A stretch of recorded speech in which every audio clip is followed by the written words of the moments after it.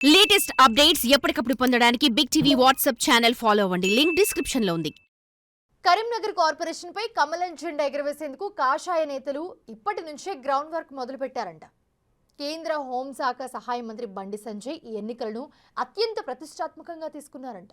MP ఎన్నికల్లో వరుసగా రెండోసారి గెలిచిన ఉత్సాహంతో కరీంనగర్ నగరంలో మరింత పట్టు పెంచుకునేందుకు కసరత్తు ప్రారంభించారంట. ఇప్పటికే డివిజన్ల వారీగా సమావేశాలు నిర్వహిస్తున్న ఆయన ముఖ్యంగా విలీన గ్రామాల సమస్యలపై ఉద్యమించేందుకు వ్యూహాన్ని రూపొందిస్తున్నారు. కరీంనగర్ పార్లమెంటు నియోజకవర్గం పరిధిలో అతి ముఖ్యమైన మున్సిపల్ కార్పొరేషన్ కరీంనగర్. మరో 5 గ్రామాలను అందులో విలీనం చేస్తూ ప్రభుత్వం ఉత్తర్వులు జారీ చేసింది. దాంతో గతంలో కరీంనగర్ కార్పొరేషన్లో 50 డివిజన్లుంటే ఇప్పుడు మరో 20 డివిజన్లు పెరిగే అవకాశం ఉంది. దీని పరిధిలో సుమారు 2,50,000కు పైగా ఓట్లున్నాయి. కరీంనగర్ ఎమ్మెల్యేగా 1కి 3 సార్లు పోటీ చేసి ఓడిపోయిన బండి సంజయ్ కరీంనగర్ ఎంపీగా రెండోసారి గెలిచి ప్రస్తుతం కేంద్ర మంత్రిగా కొనసాగుతున్నారు.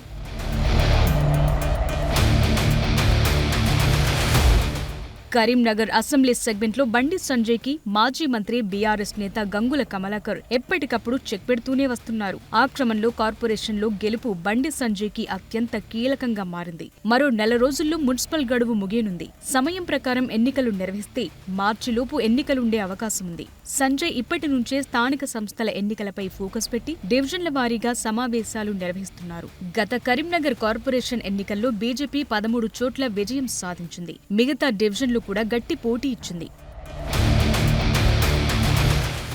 రానున్న ఎన్నికల్లో కాషాయదళం మేయర్ పీఠంపై కన్నేసింది. అదలా ఉంటే విలీన గ్రామాలు కార్పొరేషన్లో కలపటానికి తీవ్రంగా వ్యతిరేకిస్తున్నాయి. ఇప్పటికే ఉద్యమాన్ని ఉధృతం చేస్తున్నారు. అందుకే సంజయ్ స్వంత నియోజకవర్గం కావటంతో ఏ చిన్న పొరపాటు జరగకుండా ఆచితూచి అడుగులు వేస్తున్నారు. గతంలో గెలిచిన కార్పొరేటర్ల పనితీరుపై ఆరా తీస్తున్నారు. పనితీరు సరిగా లేకపోతే కొత్త వారికి అవకాశమిచ్చే ఆలోచనలో ఉన్నారట. అయితే కార్పొరేషన్ ఎన్నికల్లో త్రిముఖ పోరు ఉండే అవకాశం ఉంది. బీజేపీ, కాంగ్రెస్, బీఆర్ఎస్ మధ్య పోటీ ఉండే అవకాశాలు స్పష్టంగా కనబడుతున్నాయి.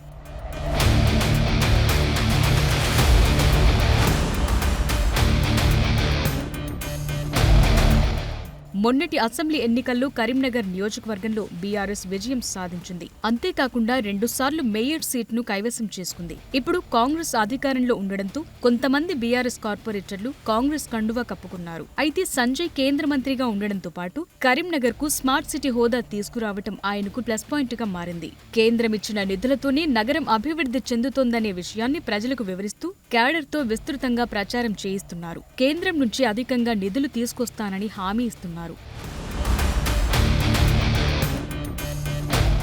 త్రిముఖ పోరులో గెలిచేందుకు పార్టీలు ఏ అవకాశాన్ని వదిలిపెట్టడం లేదు. తమ వల్లనే కరీంనగర్ అభివృద్ధి చెందిందని బీఆర్ఎస్ నేతలు చెప్తున్నారు. కేంద్రమిచ్చిన స్మార్ట్ సిటీ నిధులతో పనులు చేయించి గులాబీ పార్టీ ఘనతగా ప్రచారం చేసుకుంటున్నారు. మరోవైపు తాము ఇప్పుడు అధికారంలో ఉండడంతో తమకే అవకాశం ఇవ్వాలని కాంగ్రెస్ నేతలు కోరుతున్నారు. బీజేపీ నేతలు బలమైన నేతల అన్వేషణ మొదలుపెట్టారు. ఆశావహుల గెలుపోటముల అవకాశాలపై సర్వేలు కూడా చేయించుకుంటున్నారట. కరీంనగర్ పర్యటన సందర్భంగా కార్పొరేషన్ పరిధిలోని నేతలతో ప్రత్యేక సమావేశమవుతున్నారు. మొత్తానికి సంజయ్ ఎన్నికలను అత్యంత సవాల్గా తీసుకుని ముందుకు సాగుతుండడంతో కరీంనగర్ కార్పొరేషన్ ఇప్పుడు అందరి దృష్టిని ఆకర్షిస్తోంది.